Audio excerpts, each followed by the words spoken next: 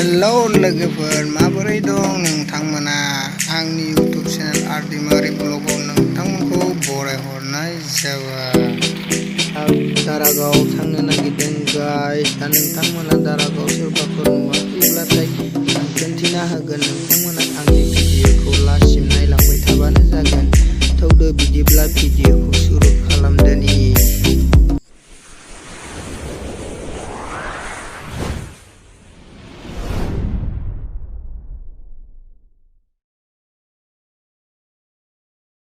जालावगासिनो फैयै मोनबाय जोंहा मसलपुर टाउन मोनबाय गाइस।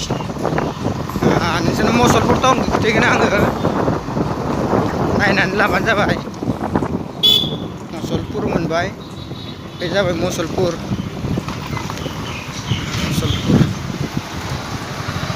नैखि थांबाय बरमाबो मोनहैयो, जों दा नैखिसो थांगोन।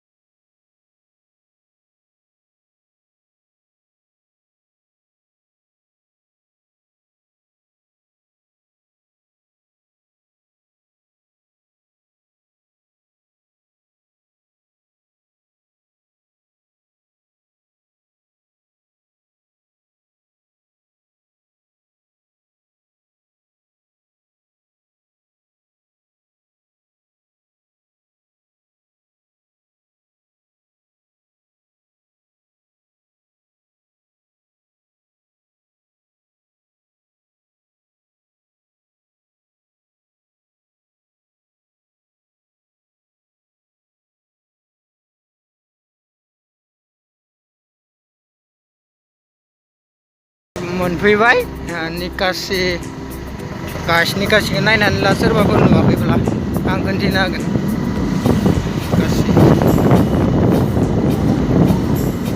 निकासि मोनबाय आरोना, खिन्थु सकखौ मोनथ'वाखै। नै मोनसे सकखौ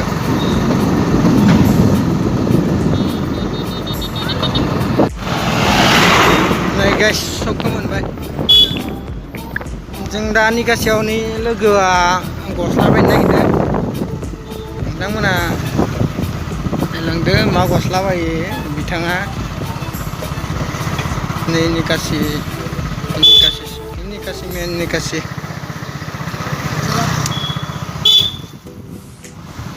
बाय बाजारखौ होनथैलानि आं निकासिनिखौ। निकासिनि नै बाजार गेजेरखै हाबदो गाइस। या ओइ सिदाथ' बेयाव मोनगोन खोमालै बेयाव। लोगोफोर गाइस, मानो होनबाथाय बेयाव गस्लाया दखानि मार्केटाव माने भिडिअ लानो होआखै आरोना। बेनि थाखाय आं नोंथांमोननाव निमाहा बिनाय जाबाय। बे भिडिअखौ आं खोन्थिनो हानाय नंला गस्ला बायनायखौ। गासिबो नायनानै ला मोजांखौ फै नायलायबाय सार मानु रे मानु। वाव जाखावखादो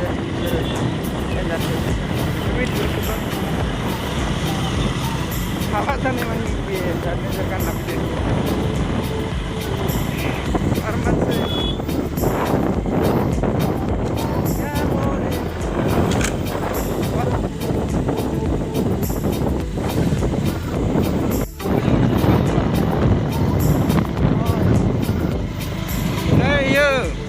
दारागाव बोरै गायो माइफोरखौ मा बिथा रखमसो जोंनि बायदि नोंहा गायो माबा माइफोर गायनाया बिदिना नायनानै ला लकेसनखौ दारागावनि गाइस।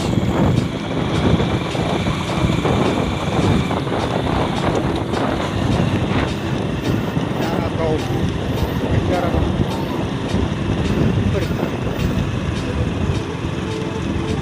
सम समायना रमायना दारागाव नोंथांमोना सोरबाफोर नायाखैबा नायनानै ला बे भिडिअखौ थिखांनो हालायाखै गारिया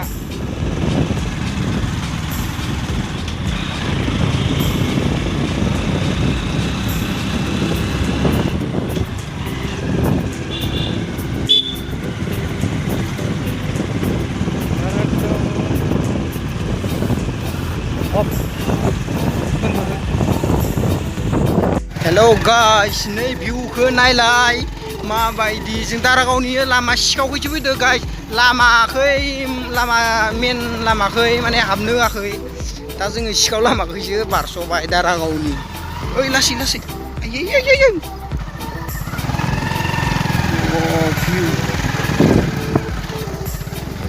बिखा गाइस गोसोम मोनलायदो सिखाव लामा दं दारागावआबो सिखाव लामा दं गय गायदो नैयाव गय गायसिगोन सिखाव लामा सुरर रास्ता नाকি सुरर रास्ता অসমীয়াত কয় আৰু হিন্দীত বা কি কয় সিকাও লামায়া গাইছ नै वाव भिउ सिखाव लामाबो दंलाय दारागावआव आइदि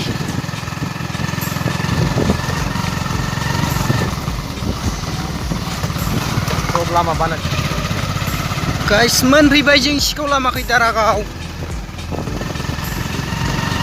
भिउखौ नायलाय बाप आरे बाप गाइस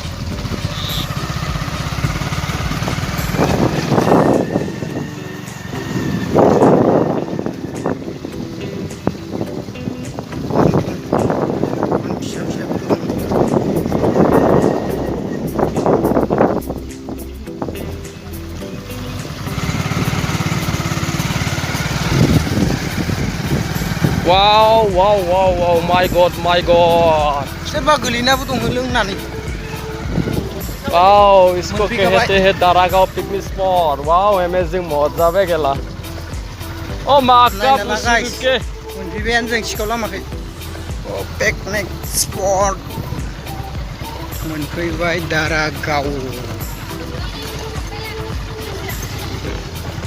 औ सिरि हाबनो दे हेलौ गाइस खस्थ'नि गेजेरजों फैनानै जों मा मोनबावनो नाथाय दा SSBI आव हाबनो होआखैनो दारागावआव ओमफ्राय जों मा खालामनांगोन दा बेखौ भाबिनानै मोनाखै थांफिननांगोनसो ना नायनोसो मोनगोन दा जों दसे थाबावनानै नायनोसै गाइस नोंथांमोना भिडिअखौबो नायलांबाय थादो आं खोन्थानो हागोन हाया नोंथांनो बे दारागावखौ हेलौ लोगोफोर नै जोंहा दुगैनो जों दारागाव दैमायाव दुगैनो थाङा होनदों मानो होनबाथाय SSBI आ जोंखौ हाबनो होआखैमोन ओमफ्राय हाबनो होयिनि थाखाय जोङो दखानदारखौ माने लिंनानै लाना फैनानैसो जों हाबनो मोनदों दा मानसिफ्रा हाबनो मोनाखै बेसेबा गोजाननि मानसि फैनानै दंफैयो ओमफ्राय बेनि थाखाय दा मानसिफोरा बिराद अखान्थि जानानै दं आरोना बेनिफ्राय दा जोङो माने दखानदारा गावसोर गामि खाथिनि नालाय जोङो बेखौ माने जों लोगो जाफ्लानानै गामसा गाननानै जोङो माने फैदों आरोना बेखौ लानानै बेखायसो हाबनो होदो मानसिफोरा हाबनो मोनैनि थाखाय बेसेबा अखान्थि जादों गाइस जि अखान्थि मोनखादों ना मस्थ' गोजाननि फैनायफोरा बेसेबा ओंखाम ओंख्रि लानानै फैलायदोंमोन बिस्रा हाबनो हासै आरो SSBI माखौ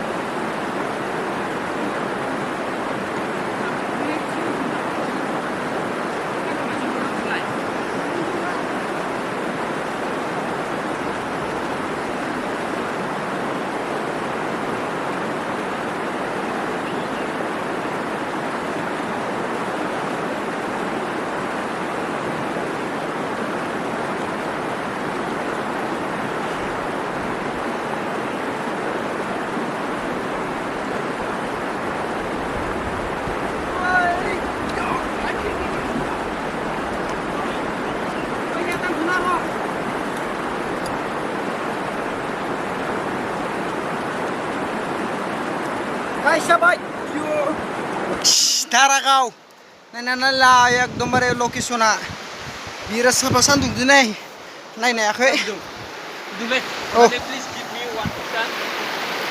guys aduh subscribe and like me guys ang birat safa दैमाखा guys नोंथांमोना नायनो हागोन आं खोन्थानो हागोन बिराद फिस्ला अन्थाया guys